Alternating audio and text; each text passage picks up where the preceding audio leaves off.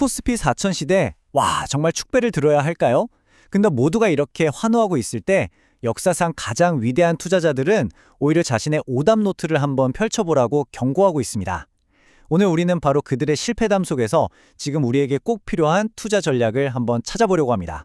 본격적인 이야기를 시작하기 전에요. 오늘 내용은 특정 자산의 매수나 매도를 추천하는 게 아니라는 점, 그리고 모든 투자의 최종 책임은 투자자 여러분 본인에게 있다는 점을 먼저 말씀드립니다.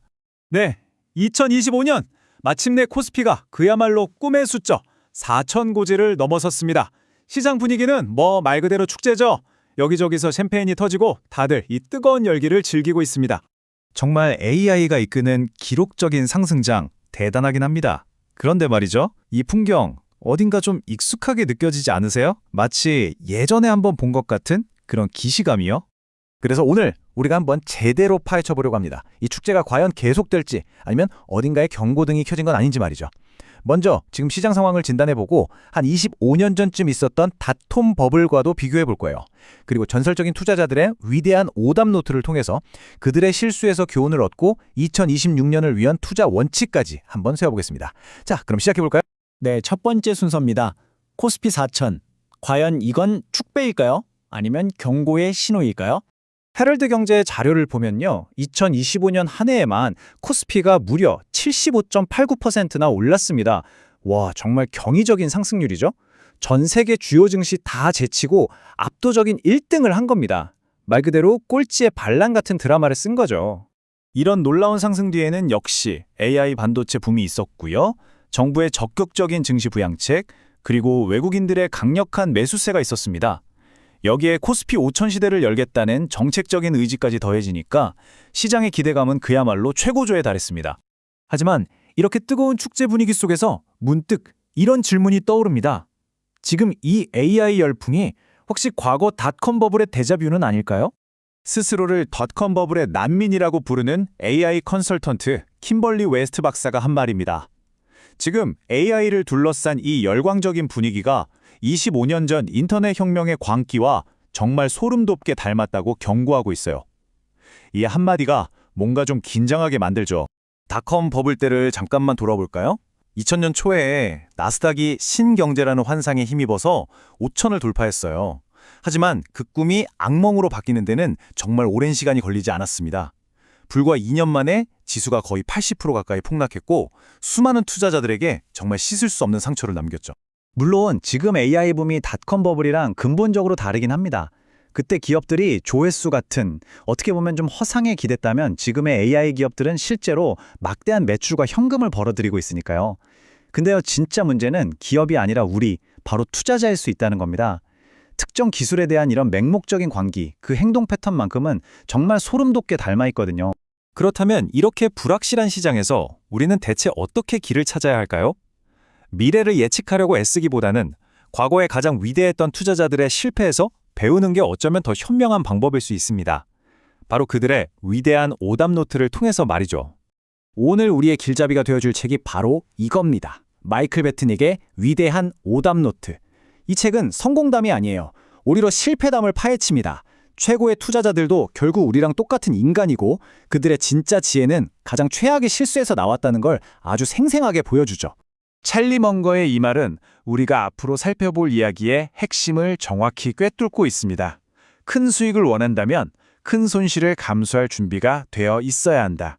이게 바로 투자의 본질이라는 거죠. 자, 그럼 첫 번째 오답 노트를 한번 펼쳐보겠습니다. 투자에 있어서 가장 치명적인 독이라고 할 수 있는 것, 바로 질투와 과잉 확신입니다. 첫 번째 주인공은 전설적인 매크로 투자자 스탠리 드러켄밀러입니다. 그의 이야기는 정말이지 완벽한 반면교사예요. 자신의 원칙을 버리고 질투라는 감정에 굴복했을 때 어떤 비극이 찾아오는지 아주 똑똑히 보여주거든요. 진짜 놀라운 게 뭔지 아세요? 그가 몰라서 실수한 게 아니라는 거예요. 자기가 직접 고용한 젊은 트레이더들이 기술주로 돈벼락을 맞는 걸 보면서 굴욕감을 느꼈다고 합니다. 결국 그 질투심에 이성이 마비돼 버린 거죠. 자신의 모든 원칙을 내던지고 시장 꼭대기에서 60억 달러를 베팅했습니다. 그 결과요? 단 6주 만에 30억 달러가 사라졌습니다. 그가 직접 고백했듯이 하면 안 된다는 걸 알면서도 감정에 져버린 겁니다. 질투만큼이나 무서운 게 바로 이 과잉 확신인데요. 이 함정에는 투자의 현인이라고 불리는 워런 버핏조차 빠졌습니다. 60억 달러. 지금 우리 돈으로 환산하면 7조 원이 훌쩍 넘는 돈입니다. 버핏이 덱스터슈라는 신발 회사를 인수하면서 날린 돈이죠.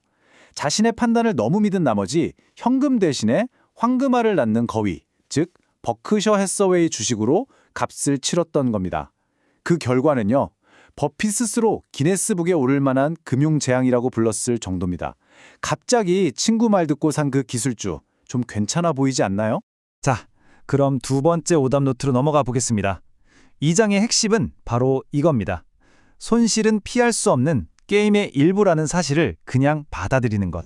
가치 투자의 아버지 벤저민 그레이엄조차 대공황 때 이제 바닥이다, 이렇게 확신하고 빚까지 내서 투자했다가 자산의 70%를 잃었습니다.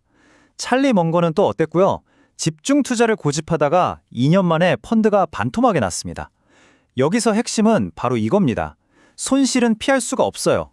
진짜 중요한 건 그 손실 앞에서 멘탈이 무너지지 않고 게임을 계속 이어갈 수 있는 능력입니다. 자, 이제 마지막 장입니다. 이 모든 전설들의 실패담을 바탕으로 코스피 4000 시대를 살아가는 우리가 갖춰야 할 투자자의 자세는 과연 무엇일까요? 이 위대한 오답 노트가 우리에게 주는 교훈은 크게 세 가지로 요약할 수 있습니다. 첫째는요, 실수는 당연한 거니까 피하려고 하지 마세요. 대신에 재기 불가능한 치명적인 실수는 하지 않도록 관리해야 합니다.